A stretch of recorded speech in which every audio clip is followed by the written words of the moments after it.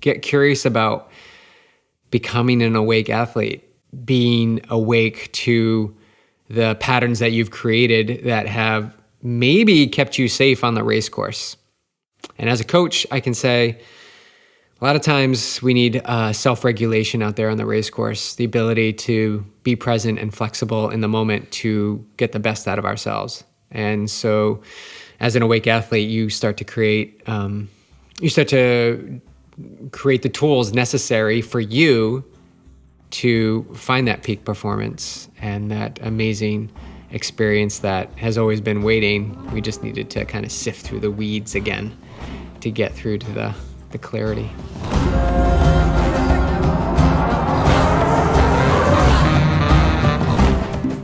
What's up, Yogi Triathlete community? Welcome back to the OHShow.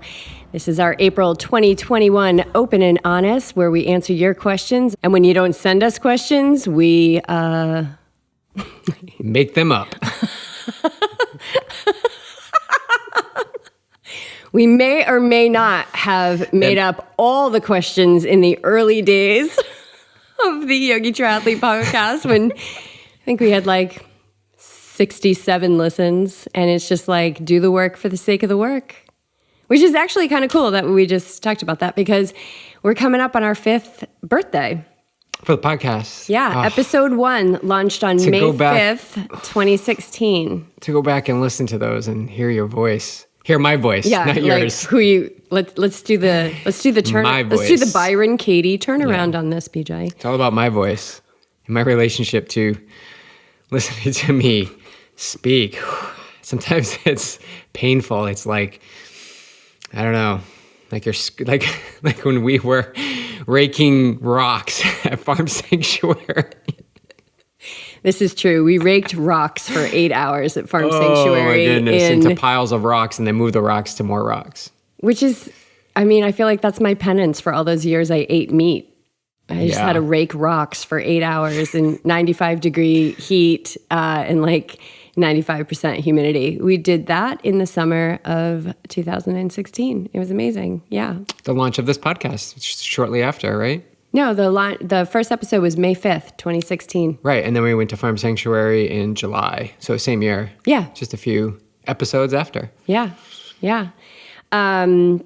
So yeah, episode 1. And if you go back and listen to episode 1, see, I have a different perspective on my voice. I love Jess of episode 1 because you can just hear how much I'm trying. Like you can hear that I'm trying to be a podcast host. I'm probably trying to be the female version of Rich Roll at that point. Like you can just hear it in my voice. Like I hadn't quite gotten my voice yet, but you got to be willing to start somewhere. You got to be willing to start somewhere. So I'm grateful for all of them and for every guest that's come on to help me fine tune the way I ask questions. And you know how different guests are like different. Like some of them, you're just like, maybe we talk like 5 minutes and they just own the show. I love that. Some, like you got to have that next question ready. And because we don't really prepare questions, it's like solidifying that trust in the present moment. It's pretty cool. It's such an art and we're not perfect. I mean, I'm not perfect at it, but I love that. I don't want to be perfect. No, I mean, we're already perfect. Yeah. Well, you are by far. But those experiences, you are perfect. We're all perfect. Perfect the way you are. Who we are, we're perfect. The first couple years of the podcast was before I did teacher training. And the teacher training was spark to be and allow for that present moment to feed the words that flow from your mouth. I can say from episode 1 all the way up, it was like anticipation of what I was going to say in my mind. Is that and that's like anxious, right? Does that feel anxious? Oh, anxious. But you prepared because you put a lot of pressure on yourself to be prepared and you got to have the right words and and now it doesn't matter what comes out of my mouth. I'm not attached to it. I think and slow down and allow the words to match my thoughts. And I think the most important thing is listening. Like listening when you're talking. Well, like when we do these shows, or listening when the guest is talking, so that, because we are getting led to what's next. And then how many times, like especially at the beginning when we finish the podcast, we'd be like, oh, we should ask this and this, and we didn't talk about this and this and this. And that was just like, whatever is supposed to be said in those 60 give or so minutes is like, you got to trust that. It's like having the agenda, like in a yoga class, like you have your script and you're going to say these things and you're going to do these things. But when you get to the class, you watch the students and you just allow that feedback to dictate what is going to happen next. And I love that about the podcast. Sometimes it's just really like hands off, and the conversation it just flows, and we're going to go for a ride, and we didn't know it was going to go this way. Yes. And that's when it's super fun. And there are times after the podcast, we're like chatting about the podcast with the guest off air. And it's such another conversation, amazing conversation. Yeah. But how many times have we heard people say like, I've never said that before? I mean, it's just at least once every 4 or 5 podcasts, we get that. I feel so honored to be able to, whatever it is, the space that it's a safe give space to people. Because we're open and honest. Right. because we're not staying safe. I guess that's what makes it safe. But we're recording this the night before we launch Matt Dixon, and I'm psyched about that. I mean, how many times have we interviewed somebody? I'm like, oh my God, that's my new favorite. That's my new favorite person in the whole world. And right now, Matt Dixon is my favorite person in the whole world.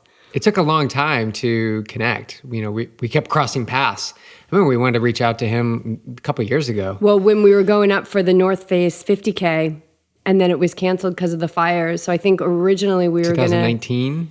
I think it was 18. Yeah. So anyway, it's an amazing conversation. Definitely check it out. I love when we can bring on coaches, established coaches who are also athletes and had their own struggles and are able to share how they built a business based on things that they uncovered about themselves, and then it just makes it extra special for me, at least, because it's triathlon. Triathlon coaches. Yeah, but everything he talks about, it's like life, right? Like he talks about, like, it's great to have the goal, but it actually doesn't even matter if you reach the goal. It's what happens between setting the goal and having the actual experience that gets you to the goal, right? It's like that, it's the space in between that, what did he say? He said that amplifies life. Oh my God, that's awesome. That's like a high level perspective. I love that. And I think that really goes along with your philosophy, BJ, if you're going to do an Ironman, start training ASAP and ideally a year out. So you can just have so much time for that groundwork. You can get your consistency, which is everything, because if you don't have consistency, forget about it. And then you get to earn those tasty workouts, which I really feel like is those tasty workouts that you give to people who are earning them, who are doing the work. They're tasty. They're fun. I mean, they're tasty. They're fun. If you're strong enough to handle them, they're fun. But if you're strong enough, and absolutely. That's the base work. So it's the process, right? It's like amplifying your life, and because training for an Ironman or a 50K or a 100-miler, like that, you can't just that cannot be an afterthought in your day. It cannot be an afterthought. It's got to be like the breath. It's got to be something that's every day you're moving towards that goal. And knock something out first thing in the morning. Something, stretching, yoga. After you wake, pee, and meditate. Right. RPM. Rise, pee, meditate. Yeah, that was David G. David G. Rise, pee, meditate. All right, we're going to jump into questions. But before we do, I'm sipping this tea, and I just want to scream about how good it is. So I want to give a shout out to my friend, Mary Pratt. And I actually have it right here. This tea, not only is it so delicious, it's freaking gorgeous. You know how I show it Packaging. to you? I make you look at it. BJ, look at the tea. He's looking at the tea. Oh, you're making fun of me. No, I'm looking at it. Did you just make fun of me?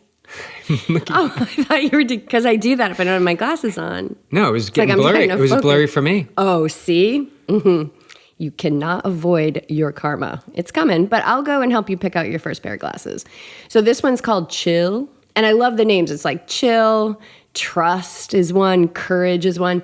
And this one is Lemon Balm, Chamomile, and Lavender. So I might pass out during this podcast. I might go to sleep.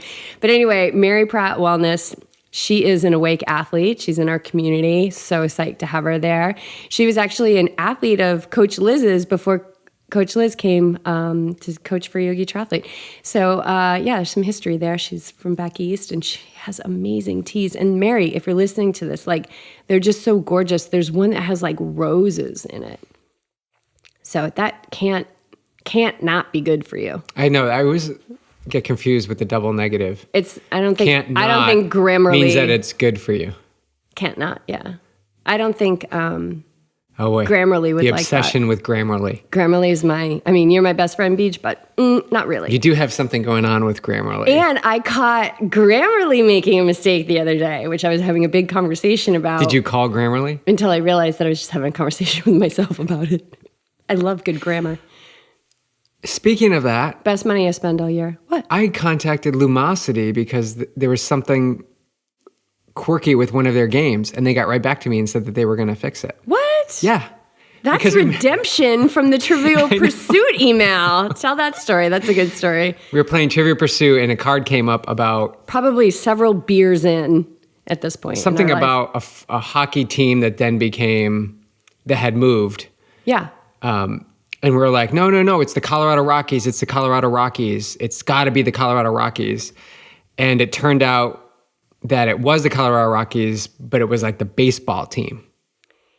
Or that it was the name of Colorado's hockey team before the Avalanche.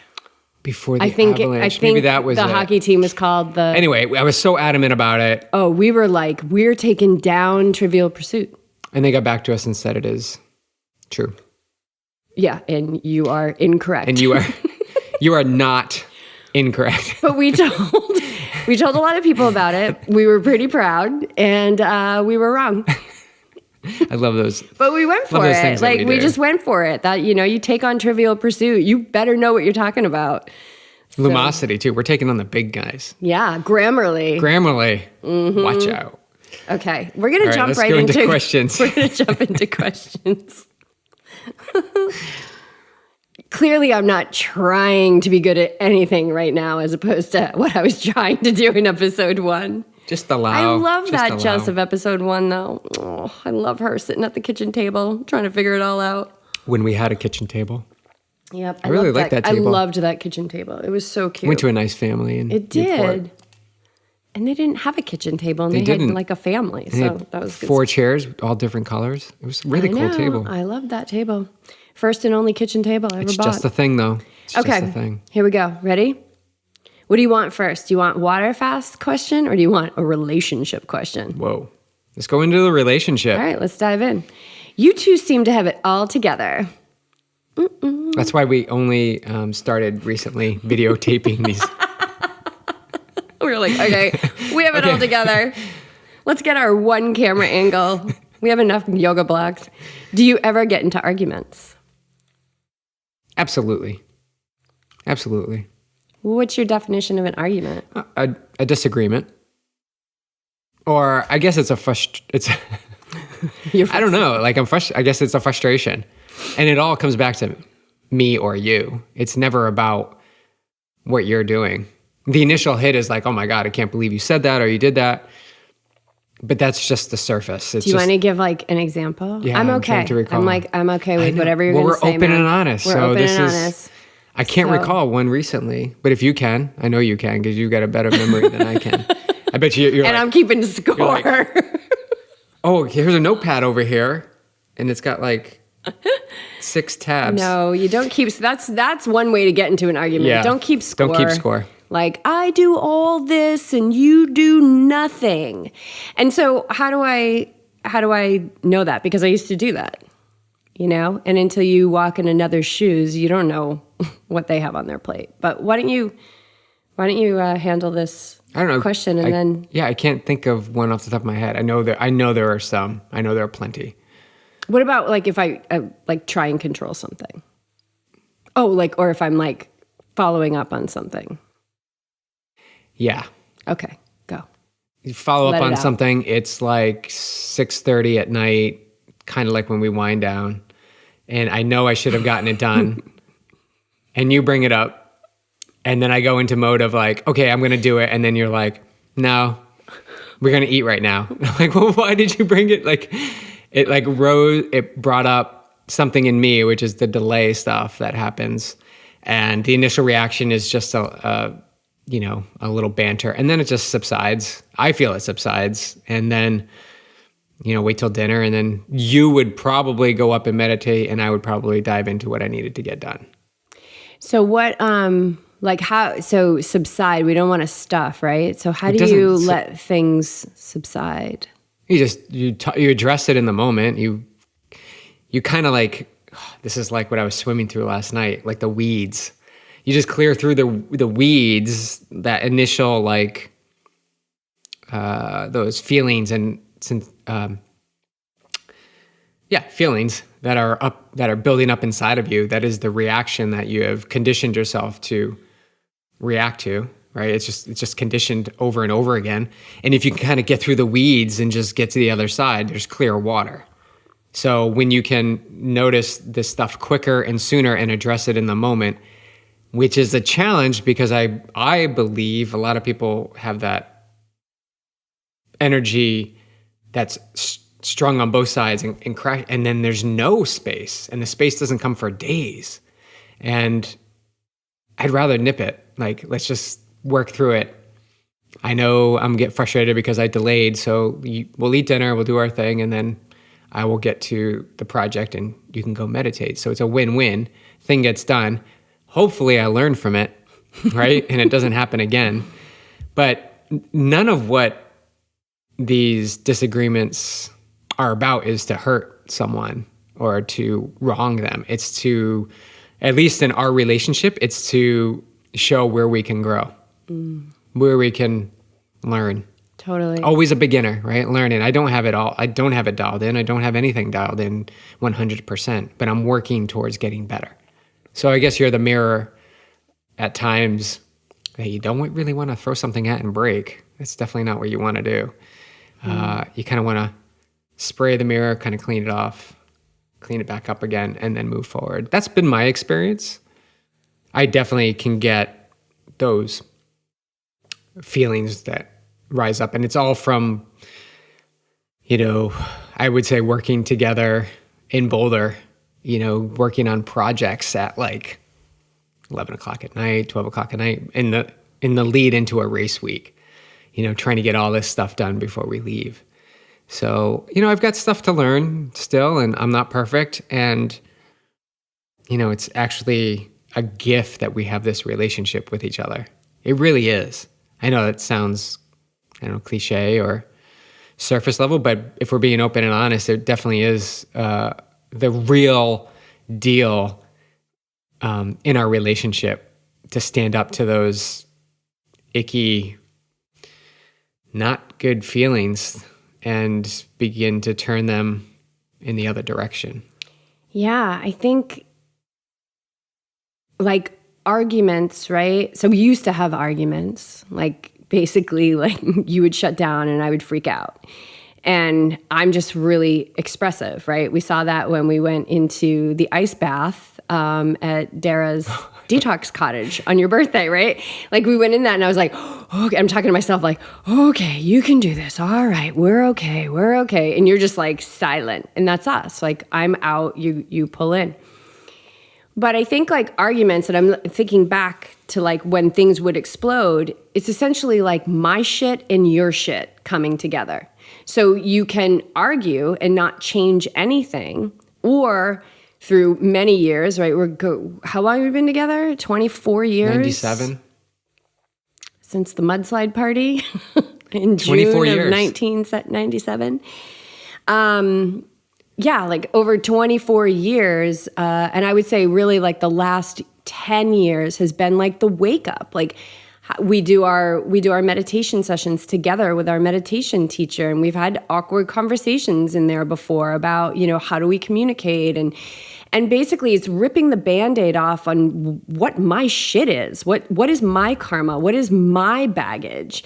And it's a perfect match to ignite yours, right? This is why we came together. So we come together because of an energetic match.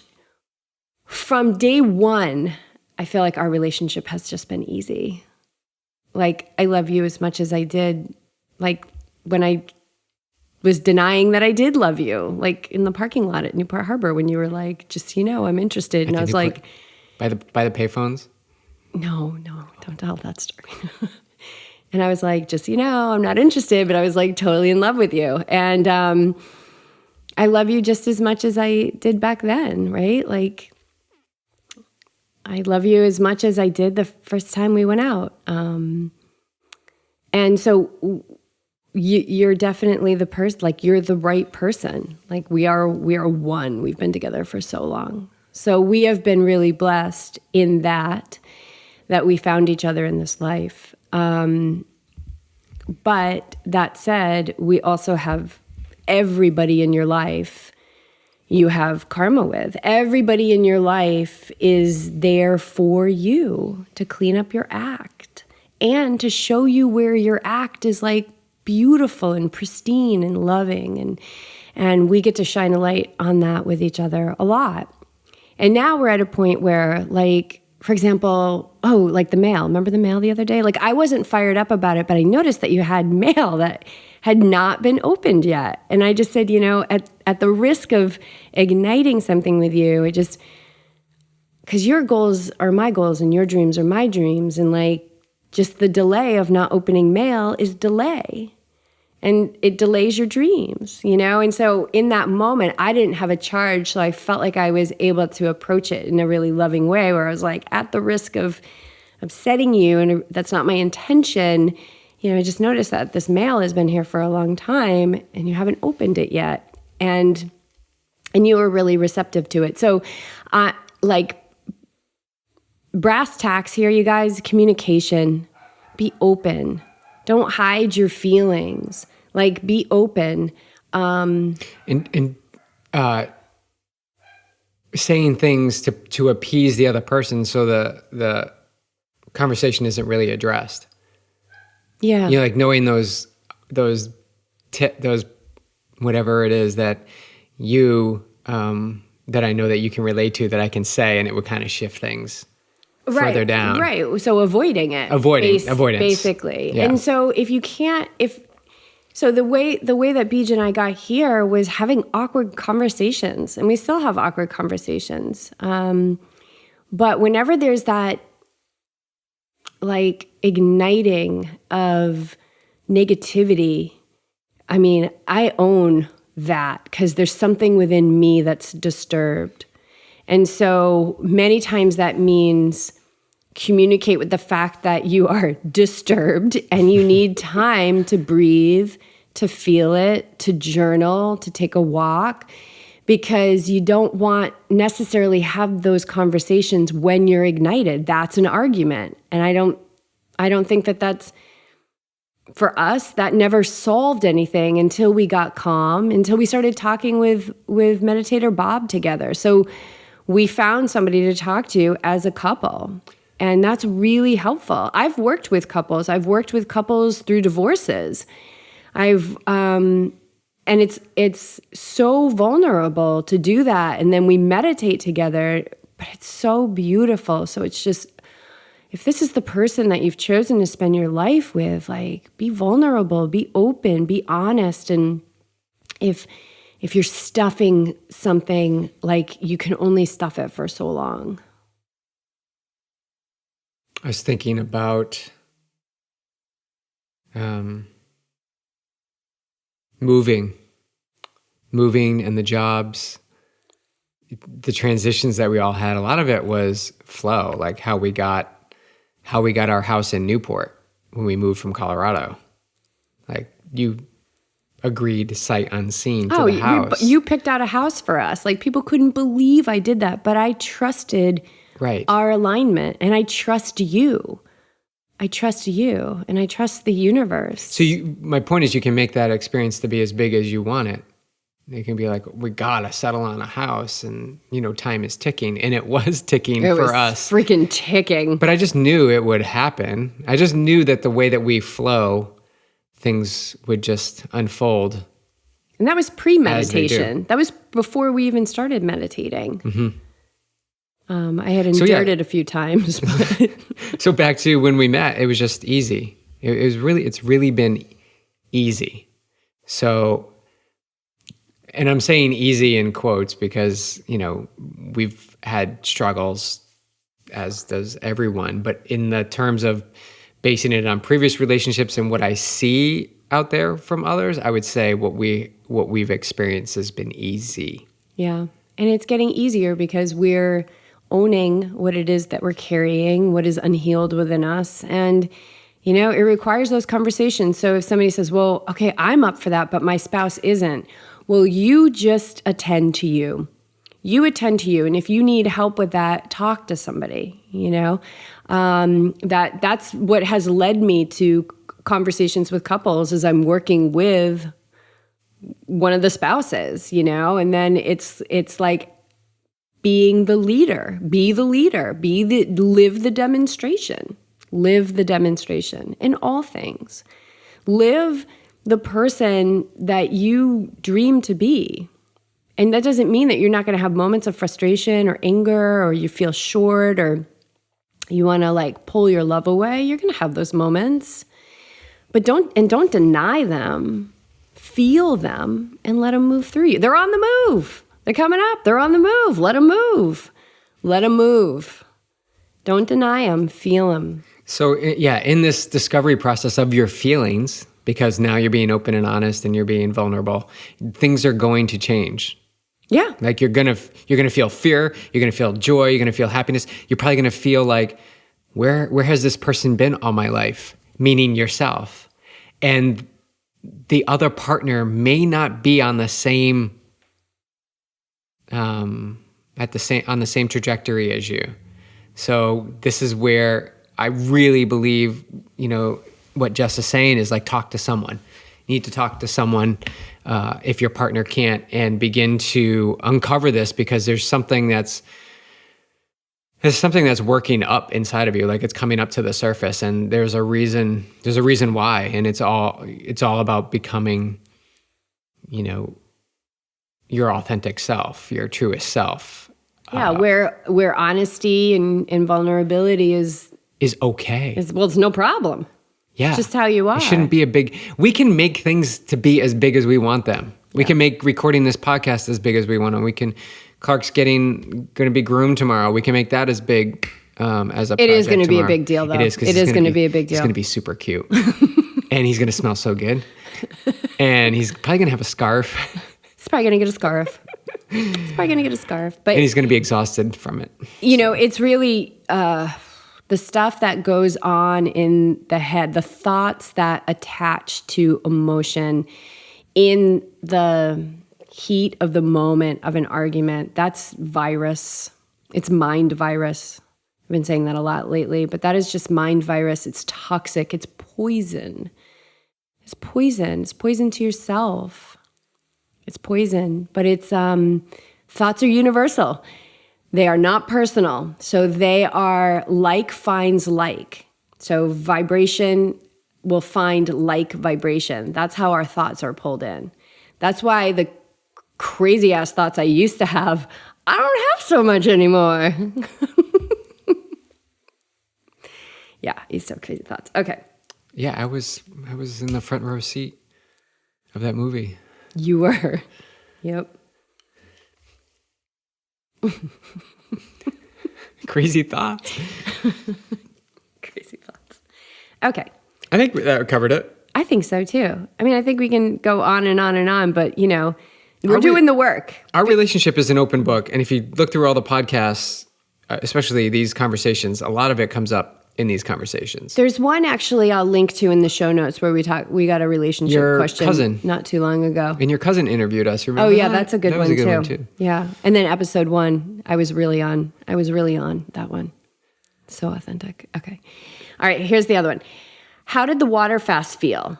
And how did they affect your training? So we've learned so much about water fasting. This has been my MO my whole life, and BJ has now adopted this too over the years. It's just like, I just jump in and do something, and typically the learning comes from it. Because you can intellectualize yourself into doing nothing, or you can just jump into the deep end, which is what I prefer to do, and then you kind of figure it out. Like, I feel like I'm healthy enough, I'm bright enough to navigate 24 hours without food. Like, I don't think that's going to be devastating. You know, we are not doctors. If we are not saying go out and fast. So that is your choice, whatever you want to do. This is actually going to launch before our podcast with, yes. Should we say who that's with? It's pretty cool. Yeah, why not? Yes, with Dr. Goldhammer, who is the founder of True North. I think actually he's going to launch the week after this launches. So we learned a lot when we talked to him, and there's a lot of research on their website what they found. You know, so we learned a lot. Yeah. So how did it feel? Was the first part of the question. How did it feel? How did the fast feel? The fast, we done it 4 times? Yeah, we're going to do one. We're doing one again. After this podcast. After we eat. After we eat, and then it will begin. It will commence. I'm the same way in terms of these experiences, in terms of, you know, the stuff you hear about performance enhancing or your body's ability to, you know, soak up the nutrients better or anything like that. So this definitely was up my alley. I think the meditation and being able to then fast opens up your awareness factor. So what do I mean by that? The times I would just walk into the kitchen randomly and just like, am I actually hungry or not hungry? Because the question is, how did you feel? I felt amazing. I felt really good. I felt super focused on what that nutrition would be when I was finally able to eat and make it of its highest quality. Like it really got acute into like the things that I don't need to be snacking on and eating, and instead focusing on a richer, healthier, nourishing meal. So I felt good. As far as workouts, I didn't train hard. I would say that day, because we would start late afternoon, early evening for the fast. So the next day I would swim. We would do a 45-minute swim on some days. We were going for hikes at the very, very end on a fast, and it was just hiking, no running or walking, which was refreshing because I wasn't trying to hit a pace or mileage or time. It was just go out and be in nature.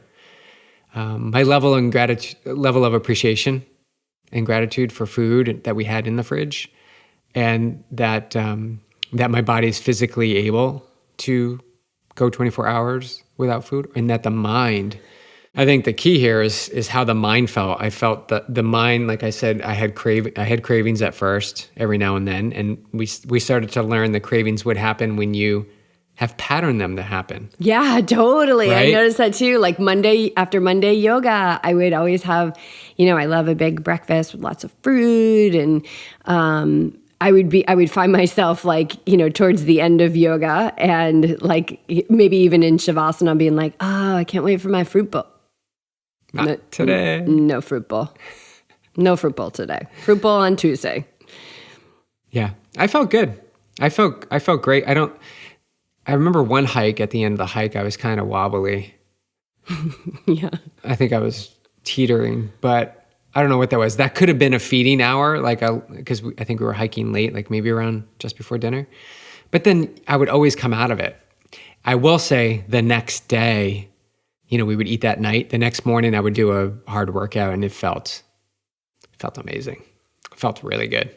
Yeah, I think... so how did you feel?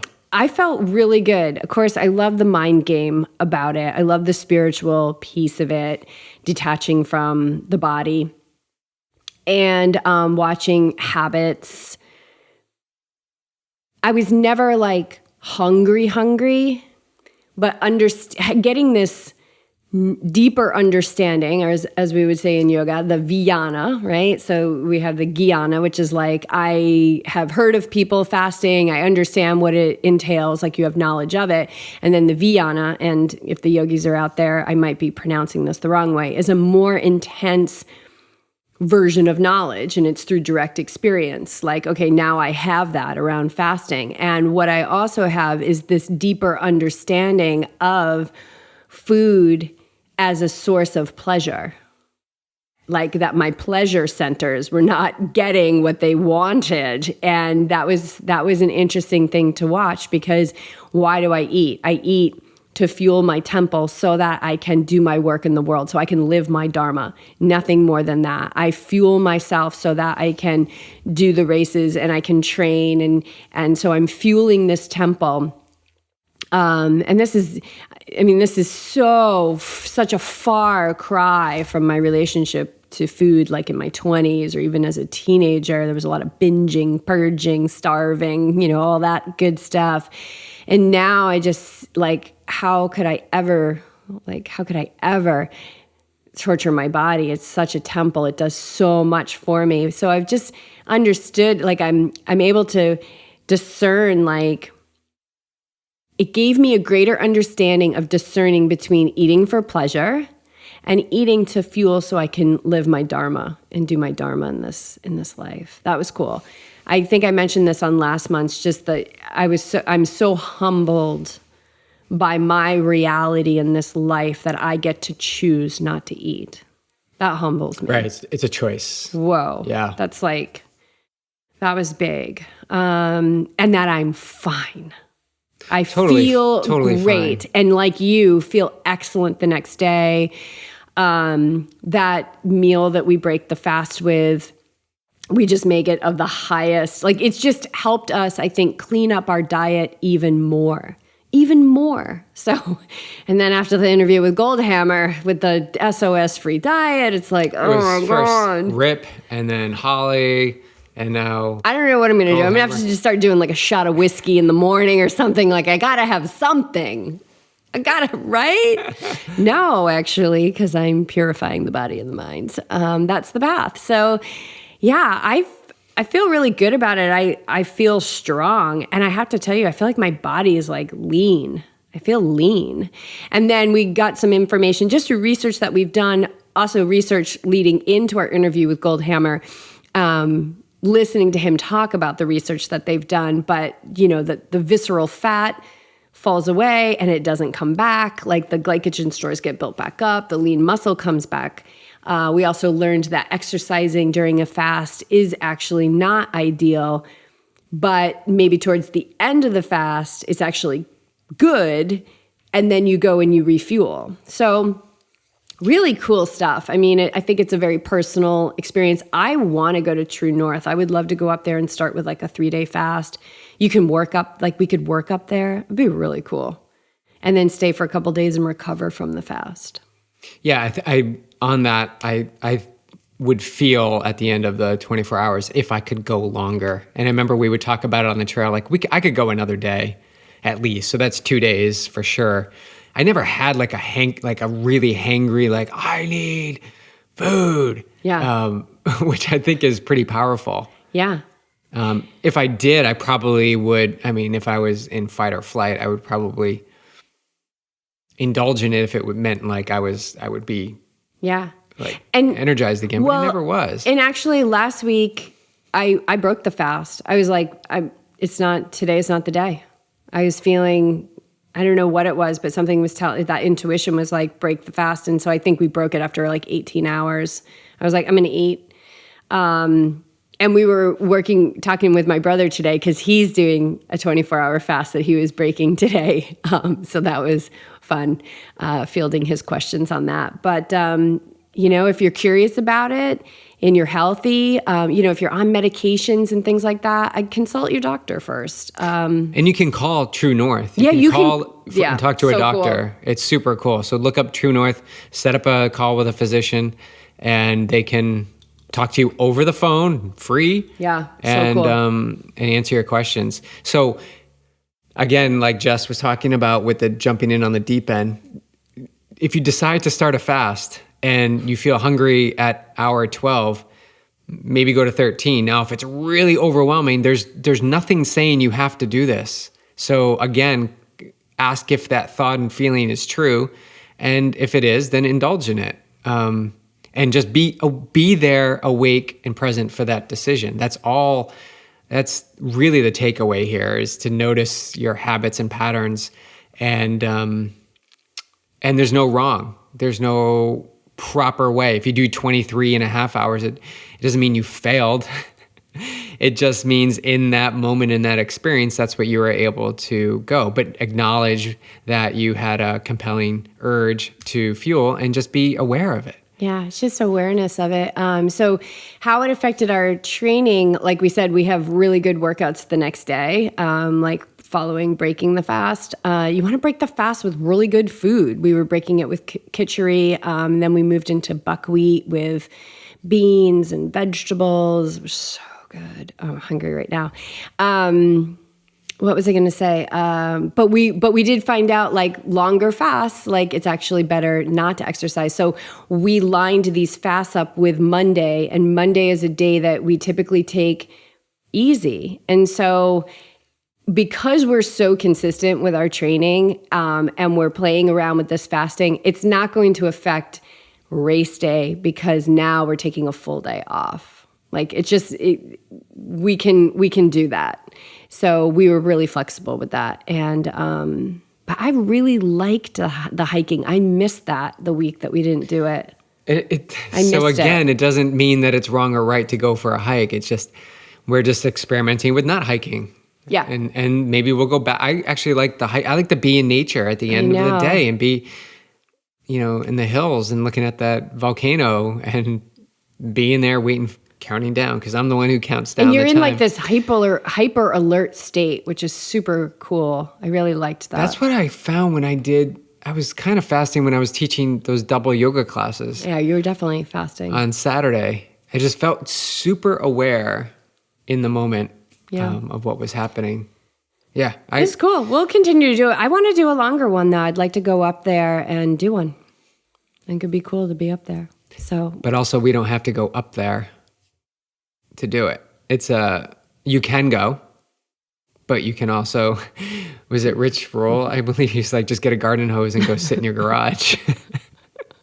Oh, God. So that's an option. That's always. We're not recommending that. No. That's on Rich. Yeah.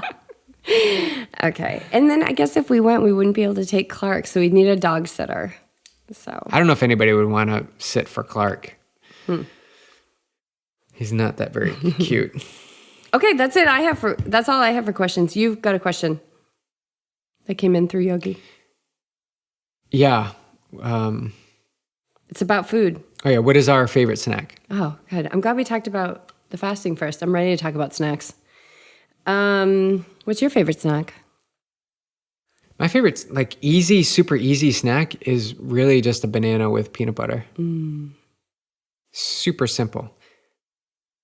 What I really like to snack on is like asparagus that's left over from the night before. Yeah, you do. You and my brother really like asparagus. He makes like asparagus wraps every day. Insoluble fiber. And it's just so good for you. So nothing on it. This is a testament to the changes in your gut biome that happen when you eat like mainly a whole foods plant-based diet. I mean, let's face it too, like we can hammer a bag of popcorn, like coming back from Whole Foods. Those are yummy snacks. So I would say I'm going to break this into two favorite snacks. One pre-workout favorite snack, I would say, is dates with almond butter. I love that. So you take the almond butter and I mix it with cinnamon. I put it like in a little ramekin. I mix it with cinnamon. And then in our cookbook, like I have you stuff the date and put the chickpeas. But I just take the date and I just dip it in. Trader Joe's has pitted medjool dates and just dip it into the almond butter. But you got to be really mindful. Like I'm super mindful. That is a calorically dense snack. It's almond butter and dates. So as much as like I want to eat 6, I probably eat 3. Like and then time that, for going out for a run or a workout. So I love that. That's yummy fuel. And then for like hanging out like during the day, if we're working and I need a snack, I love chickpeas with some nooch, some turmeric, and some salt. Or if we have hummus, I'll just mix hummus. Oh, that's like chickpeas on double chickpeas. It's like double chickpea. You got to be careful with the hummus and the way it affects your gut. Well, don't hummus. Oh, if before, you're saying workout, hummus so before, non-workout, yes. No, that's why this is not a pre-workout snack, because I've done hummus before a workout before, and it's no good. We have to mention the banana bites that we've been making. That's a good have snack been jamming. too. Yeah, it's a really good snack. It's really just oats, cinnamon, and bananas and chocolate chips. Yeah, super great. We do love hummus. So like workday snacks is like chickpeas or like carrots and hummus. I mean, we can throw down a bag of tortilla chips, but we've been not responding to those impulses. I don't think we were saying this the other day. I haven't bought chips. So what do you do? Because you love chips. I love chips. Everybody knows that tortilla I love chips. Ripple chips. And you love Ripple chips. So what I do is there's these small tortillas at Trader Joe's. Are those oil free? Yeah, they're made of lime and corn. Okay. That's it. And then I just cut them into square. I cut them into trapezoids. No, I cut them into 8s. And then I cut 4 of them, lay them all out on a cookie pan. I alternate the triangles. Mm-hmm. And then I cut a lime in half, and I squirt the lime juice of 1/2 of a lime, and then I just put my fingers in the lime and then put them on the tortillas, sprinkle on some salt, and put in the oven at 350 for 12 minutes. And they're good. That's like, you've nailed that. I've nailed that. Yeah, they're perfect. And what it's done is, whereas before to have a bag of chips, I'd always constantly go in, have chips and numerous visits throughout the day. Making them myself, it takes time. So, I mean, I'll make them once or twice a week, and I only make one thing of them. So there's nothing really left over. And so it's the action of so this is where the time to cook is really good for you if you're trying to stop it. Yeah, so I think it's like, if you want to have your snack, you got to work for it. Right. Like if you're going to have a snack that's like processed food, make yourself work for it. Like it's too easy in this society to just jam a bunch of junk down your throat. Last night, burrito night, I was like, I'm going to make chips. And by the time everything was done, we were busy. Everything was ready, and I didn't make the chips yet. So we just didn't have chips. We just had burritos. So notice the thing. I know. We're having burritos tonight. We're having the same dinner tonight. 2 nights in a row. I think it's a good question. Like snacking before, actually before the pool, I won't have a banana and peanut butter. I'll do banana and cinnamon, because the peanut butter is what I'll burp up. Yeah. In the and pool. I don't use peanut butter. I use almond butter, but I definitely think I have a little bit of a problem. Yeah, Jess definitely likes almond butter. Doesn't like peanut butter. So I do have my thing. Yeah. No, I don't like peanut butter. Nope. I don't. She I don't does even not like to peanut smell butter. it. That's a moment where I get like disturbed energy in the morning between Clark and then you're standing there with the peanut butter on the banana, and I can smell it. And I'm like, this is your stuff. Nobody's doing anything wrong. That could lead into an argument, but it doesn't. Because life is so precious. So short. Why would you argue about peanut butter? Yeah. We used to argue about things. And, I would say the biggest thing that we used to argue about or whatever, and it was really just you shutting down and me freaking out, was money. Mm-hmm. And what is at the base of that? Fear. And what's at the base of that? Lack. And there's no lack in this universe. So you got to get to the thought underneath the thought, Like, what is this really about? Do the work. Uncover the work. Uncover it. Like, it's not sexy. Like, you'll see yourself like you've never seen yourself before, and you'll be like, oh, ugh. Yeah. So oh, sit in meditation or whatever you call it, quietly and still, and be with your thoughts. Don't listen to a recorded meditation. Don't put on music. Don't put on white noise. Sit there with your thoughts. As challenging as that can be, that's the fast track to understanding how your thought process works. Why are we trying to avoid our relationship with our thoughts? Why don't we try and uncover why we have these thoughts? And then the point of going into these quiet times is not to uncover anything. It's just to see what shows up and not judge it. Don't stop it. Let it in. What's going on? Yeah. Oh, that's interesting. I think that way. Oh, I never thought of that. And it'll come in and it'll go, and it'll come in and it'll go, and just repeat that every day for a long period of time, and a little bit every day over a long period of time. Meditation gives you like what blood work gives you, right? So blood work gives you a selfie of like your physiology, and meditation will give you a selfie of your mental state, of your mental health. And meditation is the tool that teaches us to watch the thoughts. So most people, I don't know who started this belief, but this is a really strong rumor that meditation is about stopping your thoughts or that you have to have a quiet mind, and it's not. It's about training yourself to put your awareness on something other than your thoughts so you can see your thoughts. And as you do that and you pull your awareness away time and time and time and time and time, yeah, it's going to be a shit show for like many of those meditations. Just thought, breath, thought, breath, thought, breath, right? Like that's the work. That is the mind training. But as you do that over time, what happens is you get this bigger space, the thoughts start to slow down. But the mind is a thought-producing machine, so it's not about stopping the thoughts. But over time, what happens is that you get more access to the quiet that's already within you. That has nothing to do with your thoughts. Has nothing to do with the thoughts. So to relate that to performance, I had that yesterday on that climb, 11-mile climb, where the signs say every 0.2 miles is a green sign that gives you the mileage. And so I can get caught up in going hard and I've got 9 miles left, 9.5 miles left, whatever. Or I can shift my awareness away from those thoughts of enduring, waiting for it to end, to what can I do right now? Just notice the pedal stroke over and over and over. Oh, there's the thought. Back to the pedal stroke over and over. I have this minute. Nope. How's my breathing? It's happening now. And this constantly happens. It's an hour climb. So it's exactly what I work on in meditation is what we translate to working on in performance. There's no difference. Except in performance, you're moving the body.